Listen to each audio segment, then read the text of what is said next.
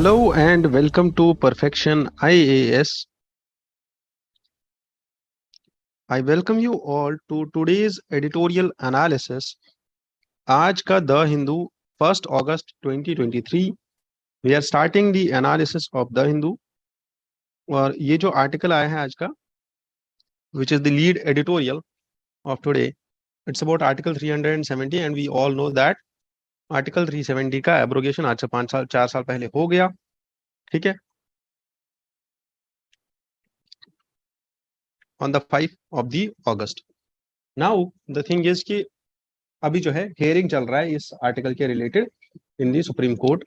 तो till the time there is a judicial pronouncement about this article और the case gets finalised, जो भी supreme court का verdict आता है तब तक ये केस प्री जुडिशियल सब जुडिस है. तो जब तक ये केस सब जुडिस रहता है हमारे लिए उतना ज्यादा इम्पोर्टेंट नहीं बनता. हमारे लिए इम्पोर्टेंट तब बनता है when the final verdict of the court comes out. Plus the author is an advocate who is practicing in Madras High Court. तो जो इस एडिटोरियल की लैंग्वेज है, this is more of a language which is legal in nature. तो I thought we should not cover this yet. कल से जब judiciary में हियरिंग लगेगा इस केस का, जो भी वर्डिक्ट आता है केस के क्लोज होने तक, we will wait till that. उसके बाद हम इस आर्टिकल का दोबारा से एक एनालिसिस करेंगे. इससे पहले भी हमने एक बार किया हुआ है article 370. Now, moving to the editorial, the article which is about the semiconductors, and this article is about a pitch to draw in semiconductor player must go beyond incentives. कि हम जो कर रहे हैं that is incentivizing the semiconductor manufacturers to invest in India. We should do much more than incentivizing so that we can attract more investment and so that we can provide a more platform, a ground level platform, a level playing platform for the manufacturers at the national level. इसी चीज को मद्देनजर रखते हुए our prime minister portrayed or our prime minister presented this perspective to the investors last year also in the semicon and this year also, and government has highlighted this thing that we will provide low corporate tax rates and we will provide SOPs for all the manufacturing projects. Plus, we will incentivize the tech firms with around 50% of the financial assistance, which means that government is going to bear the financial assistance for these investors of semiconductors in India, so that they can establish the co-located facilities. Micron suppliers, जो कि USA की US based company है जिसका नाम है micron technology, last time इनने पिछले महीने they signed an MOU with the government of Gujarat. ठीक है, with Gujarat government on establishing a unit worth 22,500 crores. ठीक है, तो एक यूनिट वो एस्टैब्लिश करेंगे यहाँ पे. यूएस बेस्ड कंपनी है फॉर सेमीकंडक्टर मैन्युफैक्चरिंग. ठीक है, that is one more thing जो पिछले महीने की न्यूज से है. However, the author here highlights that several countries जिन्होंने देखा अभी तक, who are seeking to de-risk themselves from the dominance of China, they are now playing a part in the manufacturing supply chain through collaborative friend shoring agreements. That is, they will provide a shore to the investor so that the investor can invest in that country while it is moving away from China, because China was the hub of the semiconductor manufacturing industry. So when the investors and the manufacturers are moving away from China, we should provide that friend shoring place, or we should provide that shore so that they can sail their boats at our banks. Now, इसके बाद जो ये numbers दिए गए हैं यहाँ पे, this is all about semiconductor makers and semiconductor industry. The main point here is that the investors will compare India's trade linkages with the world market. through bilateral or multilateral compacts. And in this approach, we should also focus on the tariffs which India is imposing on the exports and imports from those countries जहां से ये investments आ रही है या जहां से वो components आ रहे हैं जो सेमीकंडक्टर इंडस्ट्री में लगते हैं, तो उस पे जो टैरिफ्स लगते हैं उन टैरिफ्स को भी रिड्यूस करना पड़ेगा, besides providing a platform for a level playing platform provide करने के साथ साथ हमें ये चीज भी करना पड़ेगा, that is we should provide these things. तो अभी तक अगर आपने देखा तो Micron technology was the one जिसके साथ हमने एमओयू साइन किया, प्लस इससे पहले there was India US fifth commercial dialogue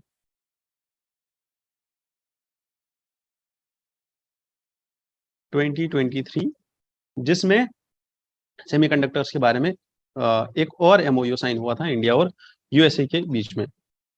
now the thing is कि यूएस का एक एक्ट है that is known as US chips and science act 2022 का, and India's semiconductor mission they are now collaborating on a mechanism for semiconductor supply chain resilience and diversification. First is chips and science act 2022, ठीक है, and India's semiconductor mission. The project aims to create around 5,000 jobs and to contribute India's resilience, India's reliance and self-reliance in memory chip manufacturing. So it aligns the government's goal of promoting domestic manufacturing and reducing the import dependency. This will also bolster India's position at global semiconductor and manufacturing level. However, अगर आपको semiconductor chips के बारे में और थोड़ा सा पढ़ना है, तो these are the silicon material. This is the silicon material. They have conductivity between conductor and the insulators. Particularly जो elements use होते हैं that is pure silicon, germanium, gallium, arsenide, and cadmium selenide. So they are the basic building blocks at the heart and brain of all the modern electronics. They will help, the semiconductor industry will help India's digital transformation under Industrial Revolution 4.0. So moving ahead, the India's semiconductor market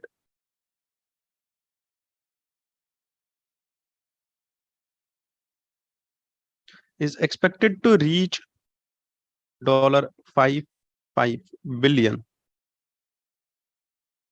by 2026 with its own consumption of semiconductors, and the expansion could lead to $80 billion by 2026 and $110 billion by 2030. However, there are challenges which are associated to semiconductor manufacturing in India. That is, it requires $1 billion of investment from small scale to large scale manufacturing of semiconductors. Higher investment is required. Minimal fiscal support is provided from the government, and we do have lack of fabrication capacities at ISRO and DRDO. ठीक है, तो ISRO and DRDO have their respective fabrication foundries, but they are primarily their own requirements, not actually in the not actually for all of not actually for the large scale production. So India's only fabrication industry is located in Mohali, Punjab.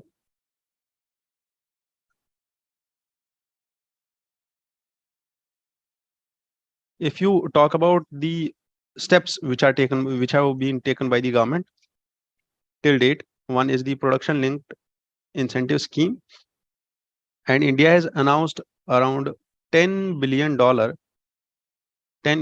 scheme, that is the production linked incentive scheme to encourage semiconductor manufacturing in the country. Plus, in 2021, METI, or the Ministry of Electronics and Information Technology, has also launched a design linked incentive scheme to nurture 20 domestic companies.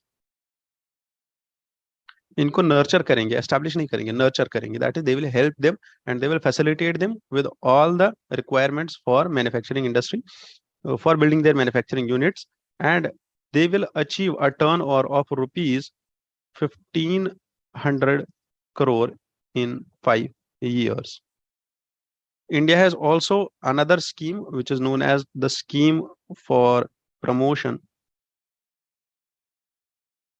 of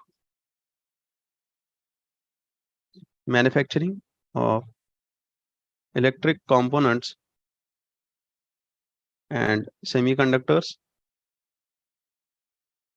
known as SPECS, SPECS scheme for manufacturing of electronics components.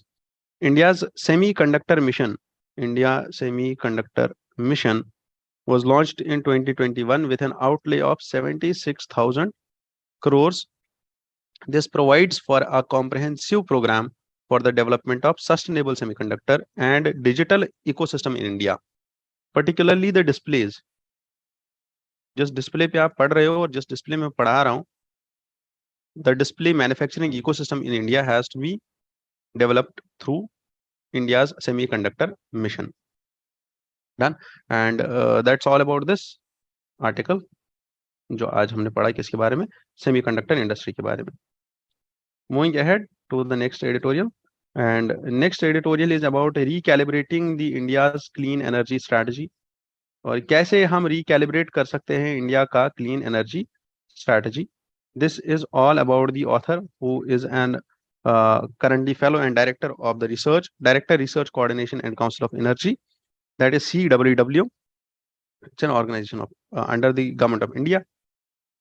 So he talks about first scheme, which is the ग्रामीण वितराक योजना, जो 2009 में आई थी. उसके बाद प्रधानमंत्री उज्ज्वला योजना जो 2016 में आई थी, और this provided LPG connection of to 9.5 crore new households. So हमारे लिए ये वाला पॉइंट इंपॉर्टेंट है कि हम इस पॉइंट को याद रखें. This will help us in answer writing. So currently the author talks about that how the LPG based cooking needs to be replaced by what? By e-cooking. ठीक है. So e-cooking is something which this author highlights here, that we should shift to electronic devices, we should shift to the electronic stove tops. जिससे क्या होगा, the LPG cooking will be there will be a transition in the LPG cooking.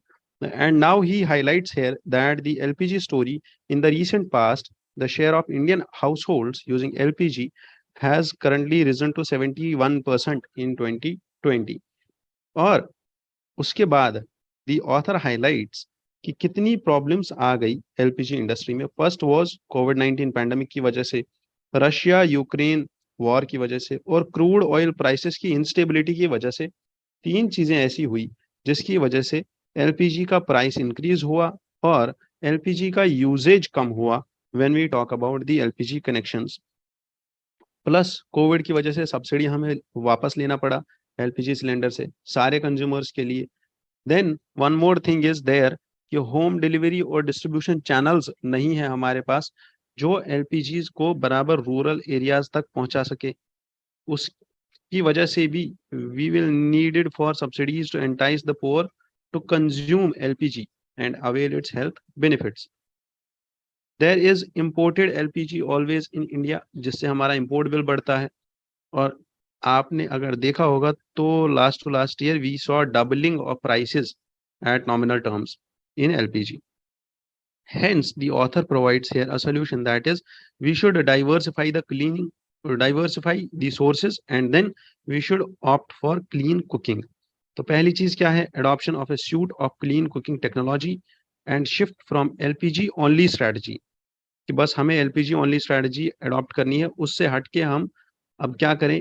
Electric cooking करें, induction cook tops, ठीक है, जो हम use कर सकते हैं. बिकॉज द ऑथर सेज कि अगर आप इलेक्ट्रिक कुकिंग करते हो तो उस even the electricity is rated eight $8 per unit, तो तब भी जो करंट एलपीजी के प्राइसेस है उससे कम ही बिल आएगा comparative to the e cooking. So one possible mechanism to shift such behaviour could be कि आप एलपीजी के प्राइसेस बहुत ही ऊपर लेके जाओ, जिससे लोग खुद ही ई कुकिंग पे आ जाए. And second thing can be hybrid stoves. ठीक है, here he says about the hybrid stores जिससे क्या होगा? Gas and electric cooktop in one device, है ना, और उससे एक बिहेवियरल चेंज आएगा, और उससे जो है हाउस होल्ड जो है they will be motivated to use the another stove also. ठीक है, तो दो स्टोव्स अगर हैं, एक पे गैस चल रही है और एक पे बिजली का इलेक्ट्रिक स्टोव है. ठीक है, इट्स अ सिंपल एग्जांपल कि अगर आपके पास ऐसा स्टोव है जिसपे एक साइड से इलेक्ट्रिक स्टोव है और दूसरी साइड से एलपीजी स्टोव है. ठीक है, तो जब इस पे कुकिंग होगी तो इस पे भी कुकिंग होगी, तो धीरे धीरे this transition will happen and this will be a move. और ये जो हाइब्रिड कॉन्सेप्ट है, यही कॉन्सेप्ट अभी हम पढ़ेंगे नेक्स्ट एडिटोरियल में, जो इलेक्ट्रिक व्हीकल्स पे है. So before going, okay, I guess we should shift to that editorial, और उसके बाद हम टेररिज्म पे वापस आते हैं. And there is one more editorial, and this editorial is about the hybrid electric vehicle imperative. तो ये जो एडिटोरियल है about hybrid electric vehicles, it says that कि जो हाइब्रिड इलेक्ट्रिक व्हीकल है उसका फ्यूल इकोनॉमी भी ज्यादा है, higher fuel economy, plus it has reduced carbon emissions, मतलब कम कार्बन इमिशंस करता है कंपैरेटिवली अगर आप देखो तो. हाँ, फुल ईवी के बजाय फुल ईवी से कंपेयर करें तो उतना ज्यादा नहीं करता, बट रिड्यूस्ड कार्बन इमिशंस करता है. Plus this is a sustainable transportation for the short term. However, we need to address infrastructure and cost challenges. तो जिस्ट है इस एडिटोरियल का ये, दैट हमें इंफ्रास्ट्रक्चर और कॉस्ट चैलेंजेस को इनकलकेट करना है, उनको उन चैलेंजेस को सॉल्व करना है, बट सस्टेनेबल ट्रांसपोर्टेशन के लिए. Because the author here says that this can be a short term solution due to its fuel economy and emission benefits. अब इस एडिटोरियल से अगर आपको कुछ पॉइंट्स उठाने हैं तो वो मैं आपको बता दूं अभी, कि पहला है the net emissions of hybrid e vehicles. तो इमिशंस पे क्वेश्चन आता है, चाहे वो पोल्यूशन से हो. पोल्यूशन का क्वेश्चन जो यूपीएससी ने पूछा था, बेंजीन पोल्यूशन कहाँ कहाँ से होता है, कहाँ कहाँ से निकल सकता है, वैसे ही इमिशन पे क्वेश्चन आता है दैट व्हीकल का जो एग्जॉस्ट होता है उसमें कौन कौन सा गैस निकलता है. ठीक है, now the point here is कि वेल टू व्हील इमिशन किसको बोलते हैं और टोटल लाइफ साइकिल इमिशन किस चीज को बोलते हैं. तो well to wheel emission means एक तो टेल पाइप इमिशन, जो गाड़ी की जो साइलेंसर होता है गाड़ी का, जहां से वो एग्जिट करता है, एग्जॉस्ट करता है गैसेस, वो emission, plus the emission due to fuel production, जो इमिशन तेल को बनाने में लगा, जो पेट्रोल उस गाड़ी में डाला, उस पेट्रोल को बनाने में जितना कार्बन डाइऑक्साइड इमिट हुआ, उस पेट्रोल को बनाने में जितना इमिशन हुआ, वो इमिशन और जो टेल पाइपलाइन से इमिशन निकल रहा है, वो दोनों को मिला के बनता है वेल टू व्हील इमिशन. ये पॉइंट्स को याद रखना है, बहुत ज्यादा इंपॉर्टेंट है. Then another is life cycle emission. Life cycle emission is a more comprehensive index, और इसमें क्या क्या आता है याद रखना है. इसमें इलेक्ट्रिसिटी और फॉसिल फ्यूल्स दोनों का इमिशन, अगर इलेक्ट्रिसिटी फॉसिल फ्यूल से बन रही है तो उस टाइम पे भी वो इमिशन भी काउंट किया जाएगा. और लाइफ साइकिल इमिशन में क्या होगा, life cycle is more comprehensive, और वेल टू व्हील इमिशन इसमें आएगा ही. प्लस इसमें emission due to vehicle and battery production, ये इमिशन भी आएगा। प्लस इसमें end of the life cycle, ठीक है, कि ये जो प्रोडक्ट है ये कब खत्म होगा, तब तक इससे कितना एमिशन निकलेगा, या इसको वापस रिसाइकल करने में जितना एमिशन होगा, जितना फ्यूल लगेगा, जितनी इलेक्ट्रिसिटी लगेगी, उस इलेक्ट्रिसिटी को प्रोड्यूस करने से जितना एमिशन निकलेगा, वो सारा एमिशन इसमें कंट्रोल हो जाएगा, कैलकुलेट हो जाएगा, जिसको हम बोलते हैं the life cycle emission. Done. तो अब हम इस एडिटोरियल को थोड़ा सा ध्यान से देखेंगे और अच्छे से देखेंगे। कॉन्सेप्ट्स क्लियर हो गए हैं, और इसमें बस यही 2-3 कॉन्सेप्ट्स हैं। तो पहली चीज author says about net zero is the electric vehicles, कि अगर आपको मोबिलिटी में नेट जीरो लेके आना है तो आपको इलेक्ट्रिक व्हीकल्स पे शिफ्ट होना पड़ेगा। अब आपके पास ऑप्शंस है कि आप फुल ई व्हीकल पे जाओ, या हाइब्रिड ई व्हीकल पे जाओ, या फिर टोटल कन्वेंशनल व्हीकल्स पे रहो। तो पहली चीज बोलते हैं कि in hybrid e vehicle there is an internal combustion engine, ICE जिसको बोलते हैं, जिसमें फ्यूल डलता है और वो फ्यूल इग्नाइट होता है, और प्लस इसमें एक इलेक्ट्रिक जनरेटर होता है जो इलेक्ट्रिसिटी प्रोड्यूस करता है बैटरी के लिए, और ये बैटरी भी गाड़ी को पावर देती है। और गाड़ी जब इलेक्ट्रिसिटी या इलेक्ट्रिसिटी जनरेटर जो है जब वो बैठ जाता है, या बैटरी जब डेड हो जाती है, तो उसके बाद या स्विच उससे पहले ये फ्यूल पे भी कर सकता है। ये ऐसे समझ आ सकता है कि एलपीजी प्लस पेट्रोल हाइब्रिड गाड़ी होती है, ठीक है, बट यहाँ पे क्या है, hybrid electric vehicle, that is LPG petrol, इन दोनों में से एक होगा, या एलपीजी प्लस पेट्रोल दोनों होगा, प्लस होगा इलेक्ट्रिसिटी, ठीक है। अब इलेक्ट्रिसिटी के लिए दो चीजें होंगी, या तो बैटरी होगा या फिर इलेक्ट्रिक जनरेटर होगा,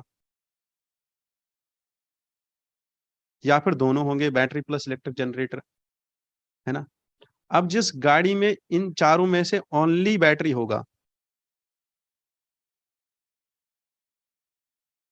उसमें इंटरनल कंबशन इंजन जो है होगा ही नहीं। क्यों नहीं होगा इंटरनल कंबशन इंजन? क्योंकि कंबस्ट कुछ करना ही नहीं है, खाली बैटरी है। बैटरी चार्ज कर दी, चार्ज करने के बाद जितना चलाना है चला लो, बैटरी खत्म हो गई, दोबारा से चार्ज कर लो, that's it. No tail pipeline at all, no combust, no exhaust, nothing at all, zero emissions, that is full battery powered electric vehicle, और ये किसी और चीज पे चलता भी नहीं है। नाउ हाइब्रिड व्हीकल से क्या होगा, कंबशन भी निकलेगा और सब कुछ होगा। और अगर आप यहाँ पे देखो, तो मैं अभी आपको इलस्ट्रेट करके भी दिखा दूंगा कि ये एक्चुअल में होता कैसा है। So what is fuel economy of the hybrid and full electric vehicle? तो फ्यूल इकोनॉमी जो है हाइब्रिड इलेक्ट्रिक व्हीकल की सही होती है। क्यों सही होती है? क्योंकि इसमें दोनों चीजें लगती है ना। तो 1.5 to 2 टाइम्स जो है ज्यादा बेटर होती है इसकी fuel efficiency. Fuel efficiency means कि आप कितना फ्यूल खर्च करते हो और आप कितना डिस्टेंस कवर करते हो उस फ्यूल को खर्च करने में। तो कितना एमिशंस निकलता है ये हमने ऑलरेडी देख लिया। So full electric vehicles will result in lower emissions, और even if the fossil fuel dominated energy mix in India, तो 2030 तक when the renewable energy count और renewable count of India is greater, 2030 तक जो हमारे targets है कि हम रिन्यूएबल एनर्जी पे शिफ्ट कर जाएंगे, for a greater share of the grid emissions are expected to be lower, तो ग्रिड इमिशन कम हो जाएंगे ऑलरेडी, और उसकी वजह से जो है a goal of 79% will be achieved, कि 79% तक इमिशंस खत्म हो जाएंगे। And 20 to 23% lower emissions produce करते हैं कौन? Hybrid electric vehicles. ये कुछ पॉइंट्स है जो याद रखने हैं किसके लिए, अगर हमारा क्वेश्चन मींस में आता है that a shift to electric vehicles और इलेक्ट्रिक मोबिलिटी, ठीक है, is the future for transportation, ठीक है, और is the future of mobility, ठीक है, और हैज और encompasses the future of climate change, ठीक है। तो हर एक चीज चाहे क्वेश्चन कहीं से भी आए, तो हमें मतलब क्वेश्चन जो है, क्वेश्चन के डोमेन, क्वेश्चन के जो डायमेंशन है यही होंगे, इधर it can be related to energy और it can be related to climate change overall, ठीक है ना। तो हमें ये पॉइंट्स याद रखने हैं, that how much emissions will be reduced, how much fuel efficiency will be increase, and how to get this thing adopted by all the people. हम लोगों का बिहेवियर चेंज कैसे करें कि वो कन्वेंशनल व्हीकल से शिफ्ट करें किस पे, फुल इलेक्ट्रिक व्हीकल पे। जबकि कन्वेंशनल व्हीकल अगर 3 लाख रुपए की आती है यहाँ पे, छोटी से छोटी गाड़ी 3-4 लाख रुपए की आती है अगर छोटी से छोटी गाड़ी, तो वहीं पे अगर आप देखो तो 8 लाख से आती है, 8 लाख में आती है छोटी से छोटी गाड़ी इलेक्ट्रिक व्हीकल। तो कैसे इतना बड़ा शिफ्ट करे कोई कि डबल करे अपनी अपना खर्चा किस पे, एक गाड़ी लेने पे, है ना। और कन्वेंशनल व्हीकल ऐसा है कि कहीं पे भी जाओ तेल भराओ, तेल की जो पंप है वो हर जगह अवेलेबल होती है। तो बट कंपैरेटिवली अगर आप देखो तो देयर आर इंफ्रास्ट्रक्चरल चैलेंजेस जो यहाँ पे लिखे हैं, फास्ट चार्जिंग इंफ्रास्ट्रक्चर के चैलेंजेस है। Not only challenge of infrastructure, that is कि चार्जिंग यूनिट्स नहीं है, फास्ट चार्जिंग यूनिट्स नहीं है। एक गाड़ी को चार्ज होने के लिए बहुत टाइम लगता है। और फास्ट चार्जिंग क्यों नहीं होती है, क्योंकि ग्रिड कनेक्टिविटी नहीं है, ग्रिड रिलायबिलिटी नहीं है ना। तो यही पॉइंट्स है जो ऑथर यहाँ पे हाईलाइट करता है। तो चैलेंजेस क्या क्या है इसमें, पहला है कि ग्रिड रिलायबिलिटी नहीं है, हाईवेज पे चार्जिंग इंफ्रास्ट्रक्चर नहीं है, और व्हीकल कॉस्ट्स बहुत ज्यादा है इलेक्ट्रिक व्हीकल्स के। सो इसीलिए the author suggests first is we should transfer to hybrid, we should not transfer ourselves, or we should not directly jump to the fully this full electric vehicle, that is totally battery powered electric vehicle, because अगर आप देखो तो जो life cycle emission होगा वो काफी बढ़ जाएगा, ठीक है। तो now the author also highlights here कि we should introduce the regenerative braking. Regenerative braking का मतलब क्या होता है कि यूजिंग द काइनेटिक एनर्जी, है ना, रिकवरिंग द काइनेटिक एनर्जी। और आप ब्रेक मारने के बजाय ये कर लो that there should be slowing down, and engine should be switch off, पहले ही switch off switch on engine होना चाहिए कहाँ पे, जहाँ ट्रैफिक लाइट्स आती है। तो प्लस ऑथर आल्सो हाइलाइट्स की जो परचेजिंग प्राइस है हाइब्रिड व्हीकल्स का, this is only 5 to 15% higher than the conventional vehicles. तो this makes it a easy to go option for the middle class when it comes to the mobility, और when it comes to purchasing a car, ठीक है। तो ये दो चीजें थी। और इसके बाद we will shift to this article which talks about the workers और दी हाउस वर्क, जो औरतें घर पे काम करती है। उस हिसाब से औरतें घर पे 7 घंटे काम करती है comparative to men who invest only 3 hours in household work, ठीक है। ये घर का काम, हाउस होल्ड चोर्स, ठीक है। बर्तन धोना, झाड़ू पोछा करना, कौन अपनी मम्मी की हेल्प करता है ये सब करने में, या कौन ऐसा है जो अपनी वाइफ को सपोर्ट करता है ये सब काम करने में। तो द सर्वे हाइलाइट्स है, ठीक है। एक्चुअल में हुआ क्या है इन द कॉन्टेक्स्ट, जुलाई में ही तमिलनाडु गवर्नमेंट ने अनाउंस किया था एक स्कीम जिसका नाम था कलाई नगर मगालिर उरीमई थोगई थित्तम, और वुमेन्स बेसिक इनकम स्कीम। इसको याद रखना है, वुमेन्स बेसिक इनकम स्कीम। और वुमेन्स बेसिक इनकम स्कीम क्यों किया था, because the government recognised the women's unpaid labour, ठीक है। और अनपेड लेबर के बदले इनको 1000 रुपीज पर मंथ दिया जाएगा। And this was also highlighted by Madras high court and said कि वुमेन होम मेकर्स जो है they are entitled to equal share in household property, जो खरीदी जाए हस्बैंड के द्वारा। अगर एक वाइफ, अगर एक कपल रह रहा है और हस्बैंड कोई प्रॉपर्टी खरीद के अपने नाम पे कर रहा है, they have the woman, the wife has equal share in that property. Why so, because दोनों कंट्रीब्यूट कर रहे हैं ना उसमें, कि it's not only the male who is earning, it's the woman who is providing him all the facilities to earn, है ना। वो उसका खाना बनाती है, उसके बच्चों को पालती है, then only he is able to go and just go and invest in the property and earn. So that is why woman has an equal share in that property also. So the data here shows that a difference between female labour force participation, और यही एक point है जो इसमें important है कि female labour force participation कैसे बढ़ता है डिस्पाइट। अगर आप यहाँ पे देखो तो ये पॉइंट यहाँ पे ऑथर ने हाईलाइट किया है दैट लास्ट 2 decades में the female labour force participation has fallen, तो 30% से ये 24% हो गया labour force participation rate, despite इस चीज के कि एनरोलमेंट्स बढ़ रहे हैं। ठीक है, तो एनरोलमेंट्स बढ़ने से क्या होगा, वुमेन विल बी, जो पहले लेबर मार्केट में आता, वुमेन लेबर जो मार्केट में आता काम करने के लिए, वो वही होता है जिनने ड्रॉप आउट किया होगा स्कूल से और उसके बाद काम करने आ गए। तो now they are engaged in schools. Second thing is they might be enrolling in the higher education. Third thing is कि अगर आप देखो तो इट्स अ 2 डेकेड फिगर, है ना। He says that in the last 2 decades, तो जो earlier decade था, जो आज से 10 साल पहले, जो 20 साल पहले एनरोलमेंट बढ़ रहा था, उसका इफेक्ट हमें अभी लेबर फोर्स पार्टिसिपेशन रेट में दिखना चाहिए था। ठीक है, ऑल्दो इट डिक्रीज्ड, बट अब जो है उसका इफेक्ट आना चाहिए कि जो औरतें उस टाइम पे 10th क्लास में रजिस्ट्रेशन करा रही थी, 10th क्लास से ऊपर जा रही थी पढ़ने लड़कियां, वो लड़कियां अब लेबर फोर्स का पार्ट बननी चाहिए थी, है ना। But that is not happening, that is a indication to worry about. इसके बाद author talks about the South Asian countries and BRICS, जिसमें ये इंडिया को कंपेयर करता है based on female labour force participation rate, and it says कि India, जहां पे the population of women is second highest, the labor force participation rate is lowest, even lower than all the countries in BRICS in South Asia countries, excluding Russia only. तो हमारा female labour force participation rate सबसे कम है, जबकि हमारा population rate सबसे ज्यादा है, population number सबसे ज्यादा है। कंपेरेटिवली अगर चाइना का देखा जाए तो फीमेल पॉपुलेशन भी सबसे ज्यादा है और female labour force participation rate भी सबसे ज्यादा है। ठीक है, और कहाँ 24% और कहाँ 61%।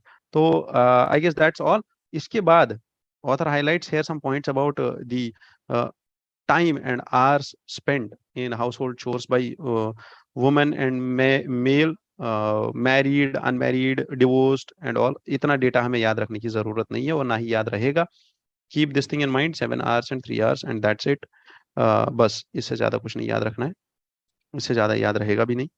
Coming back to the last editorial, और this article is about Pakistan, ठीक है, एंड द टेररिज्म। तो टेररिज्म की जो परिभाषा है, डेफिनेशन है, टेररिज्म का डेफिनेशन अगर आप देखो तो it's an act which cannot be good or bad. It's bad in nature. There can be no good terrorism and no bad terrorism. It's only bad terrorism. There is no good and no bad terrorism.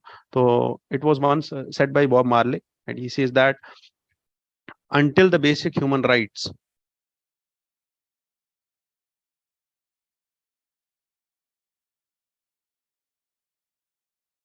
until the basic human rights are equally guaranteed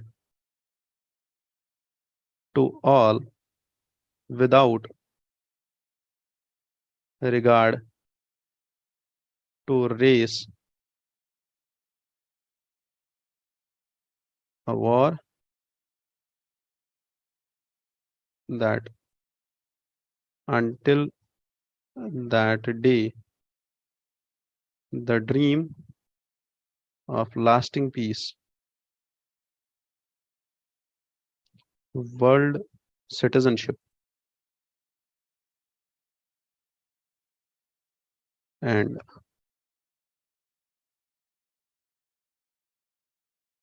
world citizenship and rule of international morality will remain in but a fleeting illusion. ठीक है, illusion to be pursued but never attained.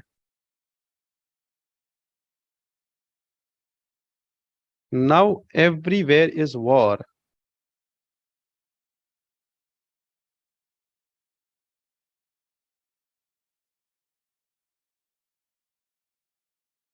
War, war. So this is the quote which Bob Marley said once, and he talked about actually the terrorism and violation of human rights, and that is how the human rights are affected by terrorism, and how the effect of terrorism, effect of violation of human rights, uh, in the counter aspect affects the terrorism. So the protection offered by the Human Rights Convention does not cease in case of the armed conflict, as was highlighted by International Court of Justice. And you can no more win a war than you can win an earthquake. ठीक है.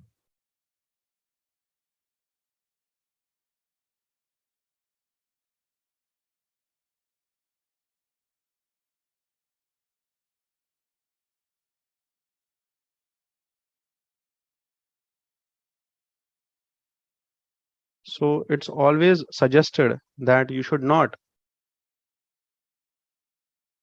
Janet Rankin was the author, okay, of this quote, and the author highlights that you should not focus on winning the war, because you cannot win an earthquake, है ना? Same as the earthquake brings in the destruction, war will only bring the destruction only. It will not bring anything else. War is no long. War will never bring you peace. War is there for the destruction only.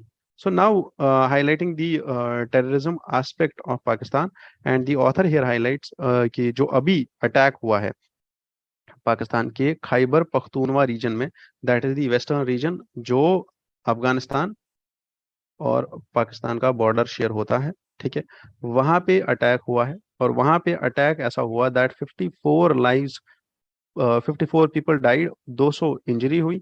और same attack इससे पहले भी हुआ था same reason में, और 74 people were killed. Why? Because there is this Tehreek Taliban Pakistan. And the author highlights कि यहाँ पे चल क्या रहा है, एक्चुअल में प्रॉब्लम कितनी बड़ी है, ठीक है। This is something which is internal there, वहाँ पे जो भी चल रहा है, ठीक है, हमें उसका कुछ नहीं करना है। There is this Islamic State of Khurasan, ठीक है, जो यहाँ पे एक ऐसी ऑर्गेनाइजेशन बन रही है जो जिसने ये अटैक कराया है। अब असल में प्रॉब्लम क्या है? प्रॉब्लम ये है that Pakistan is currently paying a heavy price for its decade long strategy of supporting Islamist extremists for its geopolitical goals. तो जो ये ऑलरेडी जियोपॉलिटिकल गोल्स जो इसके थे, that is about Kashmir, about China, about the dominance in the geopolitics, जिसमें चाहे ये US tilted था कभी, ठीक है, और the US was tilted to it, or it was countering the communist regimes of Afghanistan. Everywhere it used these mujahideens and it used the deep state, ठीक है, और उस deep state को use करके it supported the militancy, it supported the terrorism. However, इसके बाद क्या हुआ 1990s तक, it was using the intra mujahideen civil war, and उसके बाद when Taliban toppled, when the Taliban government was toppled by USA, so Pakistan played a double game. That is, first it joined the America's war against Taliban and it harbored the Taliban also, ठीक है। तो दोनों side से उनको भी support कर रहा था, इनको भी सपोर्ट कर रहा था, जिसकी वजह से पाकिस्तान की इकोनॉमी खराब हो गई, पाकिस्तान का अंदर का स्ट्रक्चर खत्म हो गया। वहां पे एक डीप स्टेट राइज कर गया, वहां की गवर्नमेंट, वहां का एडमिनिस्ट्रेशन, वहां का पावर, वहां का मेन स्ट्रीम पॉलिटिक्स सारा मिलिट्री के हाथ में चला गया। एंड द पावर पॉलिटिक्स जो था वो इतना गंदा हो गया that the funding and the economic drain due to the terror funding happened. और अगर आप आज देखो तो हमने लास्ट टाइम अभी देखा था 2 हफ्ते पहले that it has the IMF has provided a grant, a bailout package to Pakistan, ठीक है। तो there is this organization, that is Islamic State of Khorasan, which has emerged as the most powerful armed opposition to the Taliban regime in Kabul and the porous borders of Afghanistan, Pakistan. There is now instability or political gridlock, and deteriorating economy of Pakistan is now a challenge to the security. और अब जो 2 challenges है पाकिस्तान को जो वहां पे face हो रहे हैं, one is Pakistani Taliban and Islamic State of Khorasan, जो वहां पे टेरर ग्रुप बन गया है, ठीक है। So now the author suggests here to the government of the Pakistan that they should not differentiate between good terrorism and bad terrorism based on the geopolitical interests, कि द terrorists who are there against India they are good and terrorists who are against the Pakistan they are bad. That is not the case. both the terrorists are bad only. No terrorism ever can be called as good terrorism. It's always bad terrorism. And India has always opposed the violence. India has always opposed the violence, the terrorism, and the acts of terrorism. So this was all about today's discussion. I thank you for joining in here. Take it at Perfection IAS YouTube channel. If you have any doubts regarding your preparation, regarding these editorial discussions, you want to ask any question, you can call us on this number. Ask for my name. My name is Shahanshah. My name is, you can call me SK. And now I wish you all the best. Good luck.